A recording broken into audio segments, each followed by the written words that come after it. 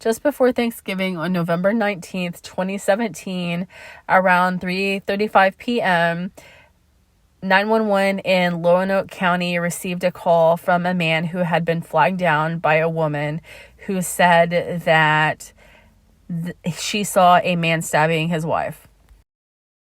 911 asked to talk to the woman who identified herself as Kathy Jones, and Kathy told them that she lived with Elke and Tony Thomas, and that Tony had started stabbing Elke, which caused Kathy to run outside and try to get help.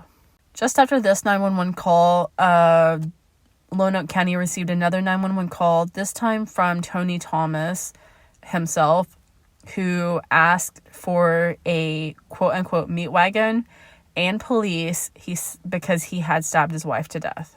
When police arrived to the scene around 3:55 p.m., they found Tony sitting on the ground outside with his hands on his head, and he was sitting next to something that was covered by a blanket that police later identified as the body of Elke. There was also a large knife laying beside the blanket. And police were able to take Tony into custody without any kind of resistance. They uncovered Elke to find that she had been stabbed multiple times in the chest, and it was clear that she was deceased. Police said it appeared that the woman had been dragged out back, but the actual crime scene was in the house, where blood was everywhere. It was on the floor, it was on the walls, it was on the table, it was on the TV. Kathy told police that she, Elke, and Tony had been watching a football game on TV when Tony got up to go outside to smoke, and Elke turned the TV channel while Tony was outside.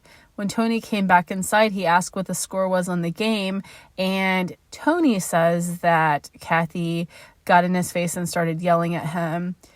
Kathy, who was in another room, said that she heard arguing, and then she heard a loud crash, which she thought was glass, and she ran in to find Tony stabbing Elke.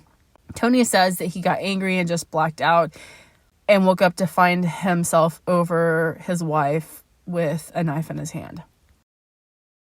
Tony was originally charged with capital murder, but he pleaded guilty to first-degree murder and received a 40-year sentence after a short stint in the state hospital.